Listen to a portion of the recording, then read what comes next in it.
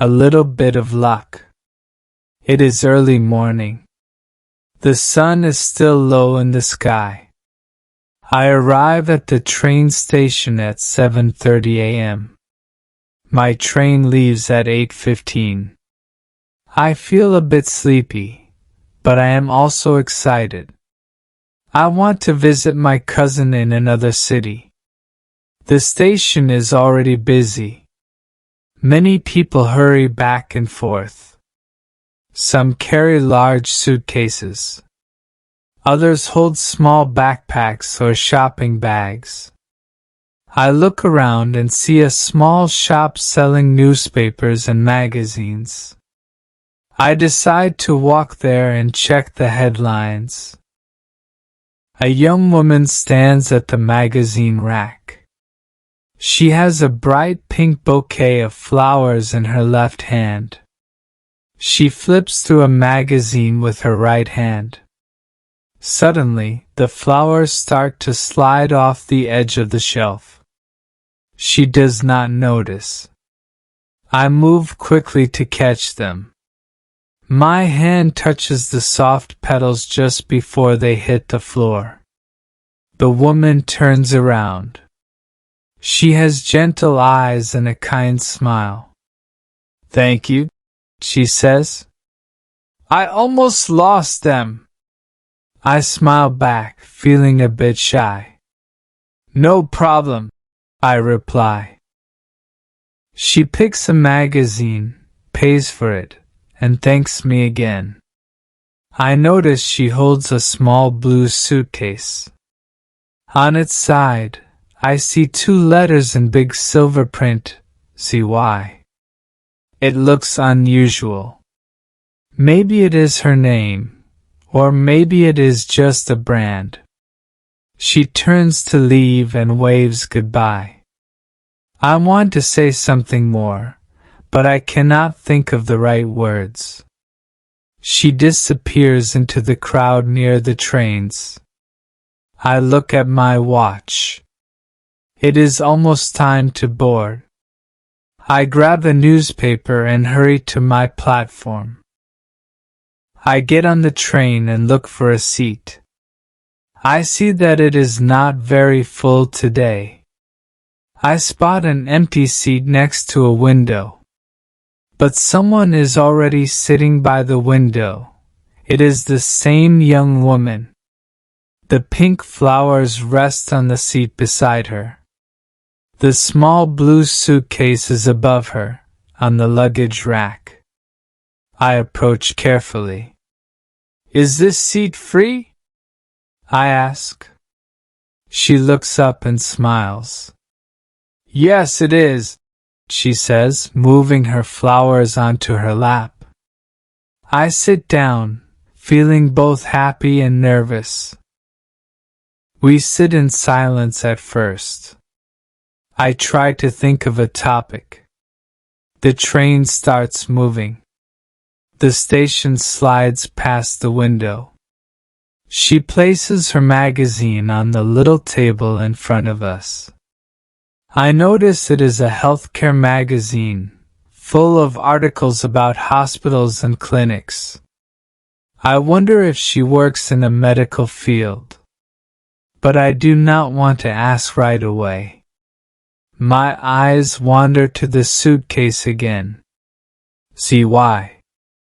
The letters shine under the overhead light. I am curious, but I do not want to be rude. Suddenly she stands up. She tries to open the window for fresh air. But it is stuck. She looks at me. "Maybe I should close it," she says. "I keep forgetting how these windows work." I laugh and stand up to help. However, I accidentally push the handle the wrong way.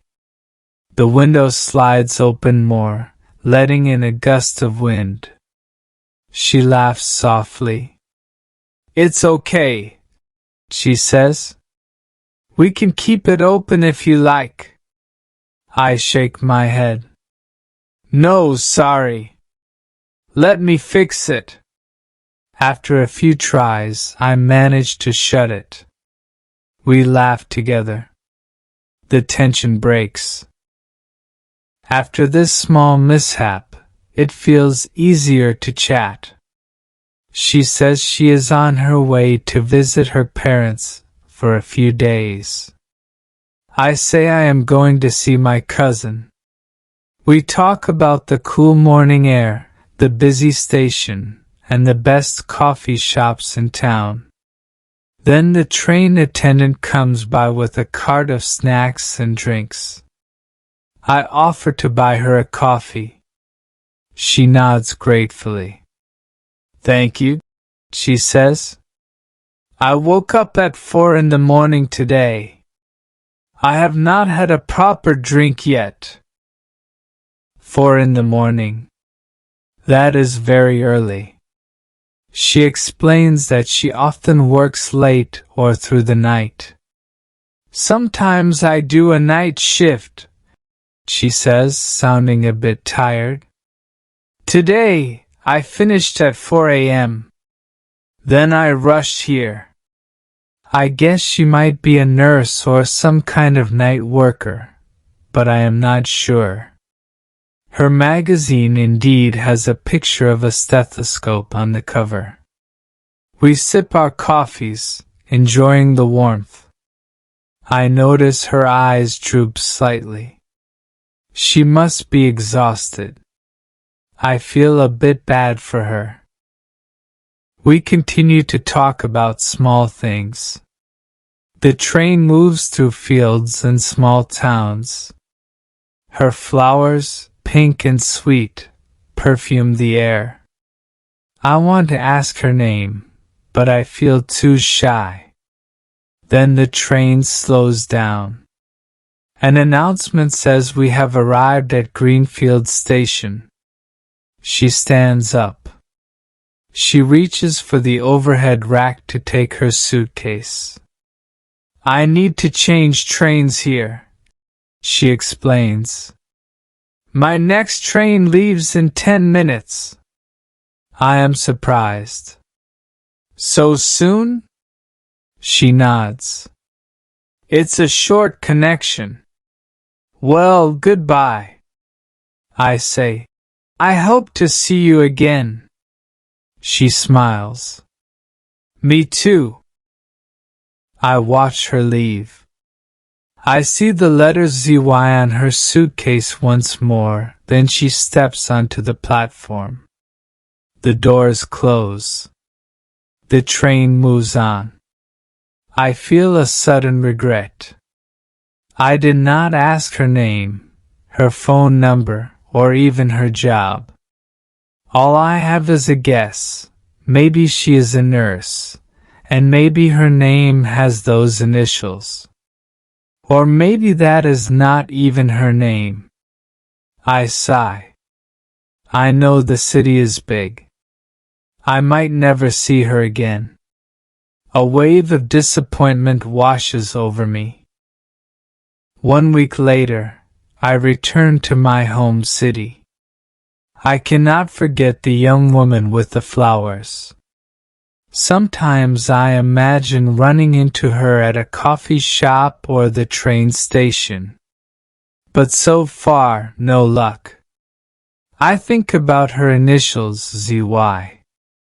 Maybe it is Zoe Young or Zara York.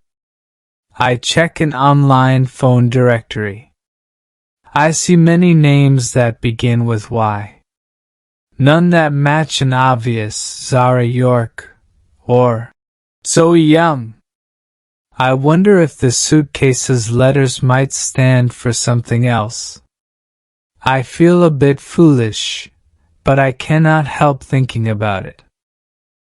One day, I remember the flowers. The shop near my apartment opens at 9 a.m. So if she started traveling at 8:15, she could not have bought them there. The large flower stores in the city center open at 9 as well. But the little stall on the west side of the train station opens at 7 a.m.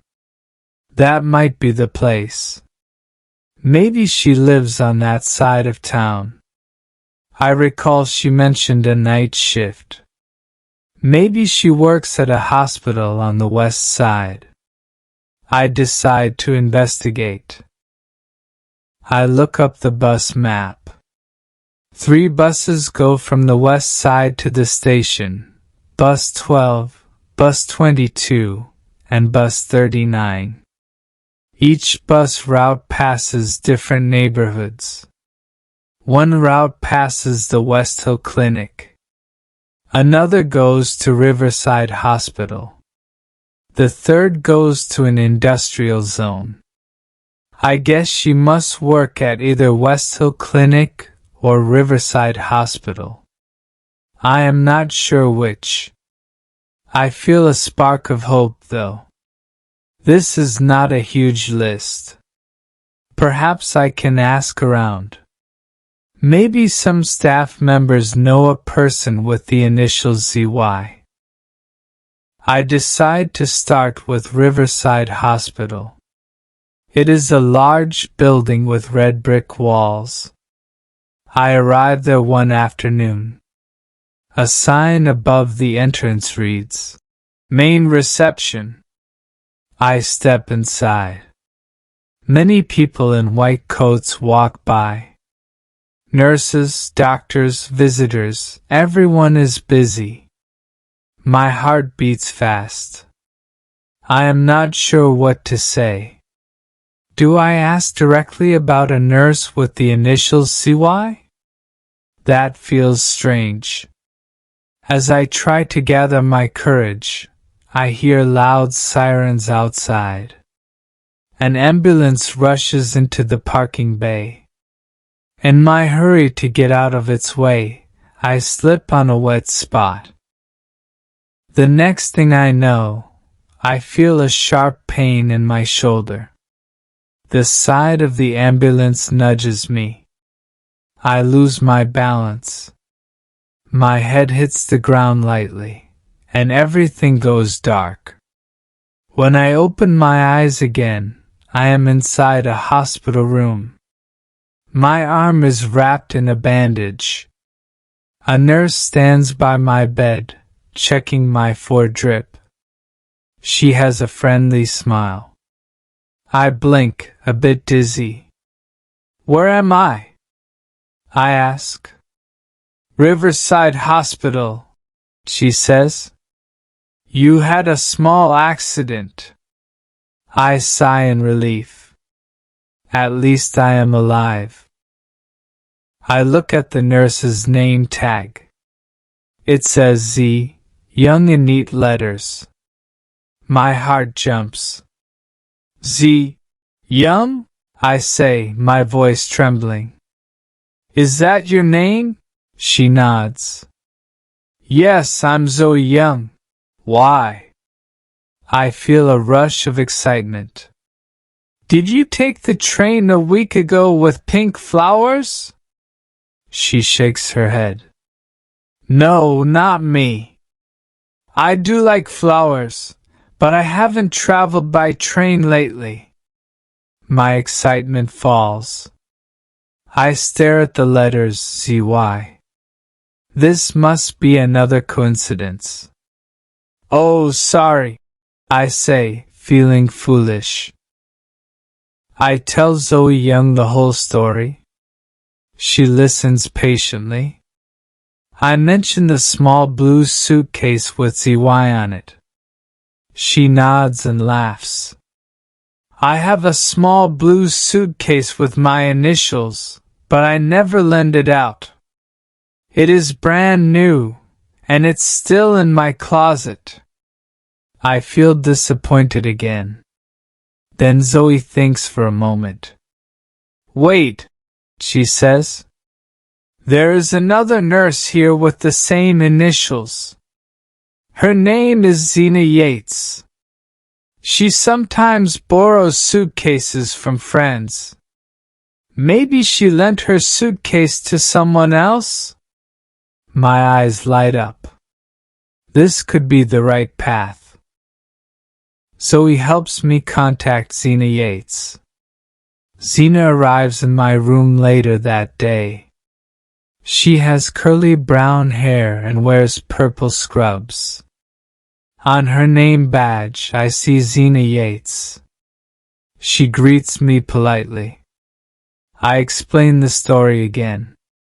She laughs in surprise. "Oh, that suitcase? I let my friend Lily borrow it. Lily's initials are LB, so maybe that is not who you met. But wait, my other friend also used it last month.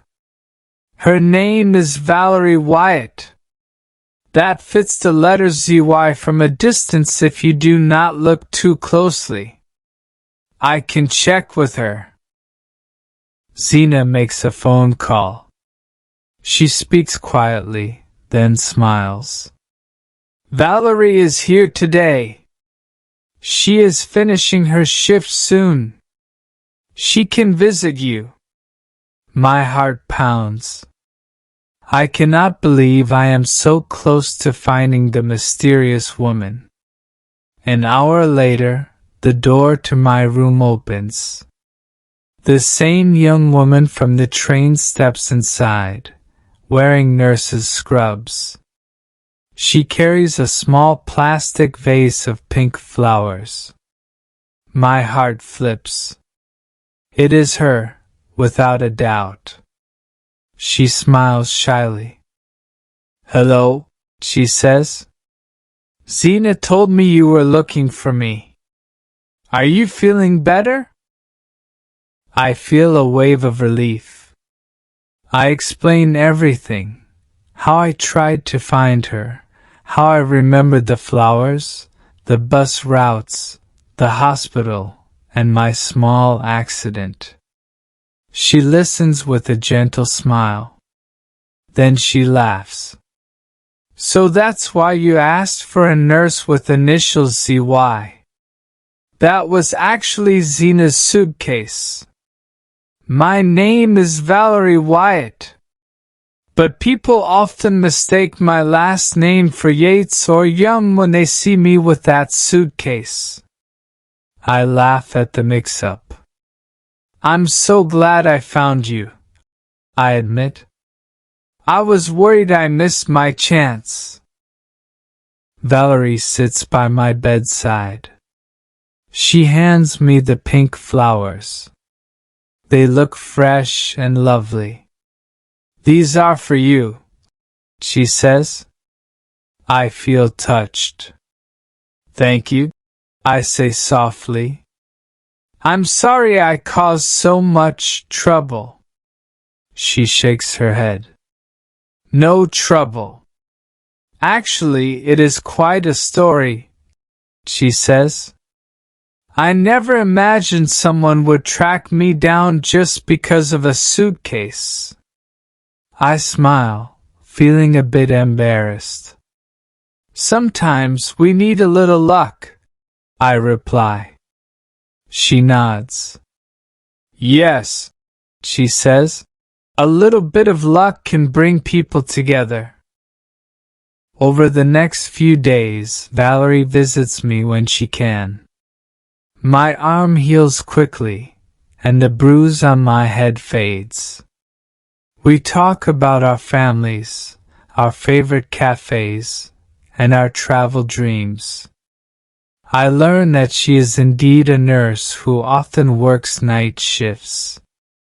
She bought the pink flowers as a gift for her mother.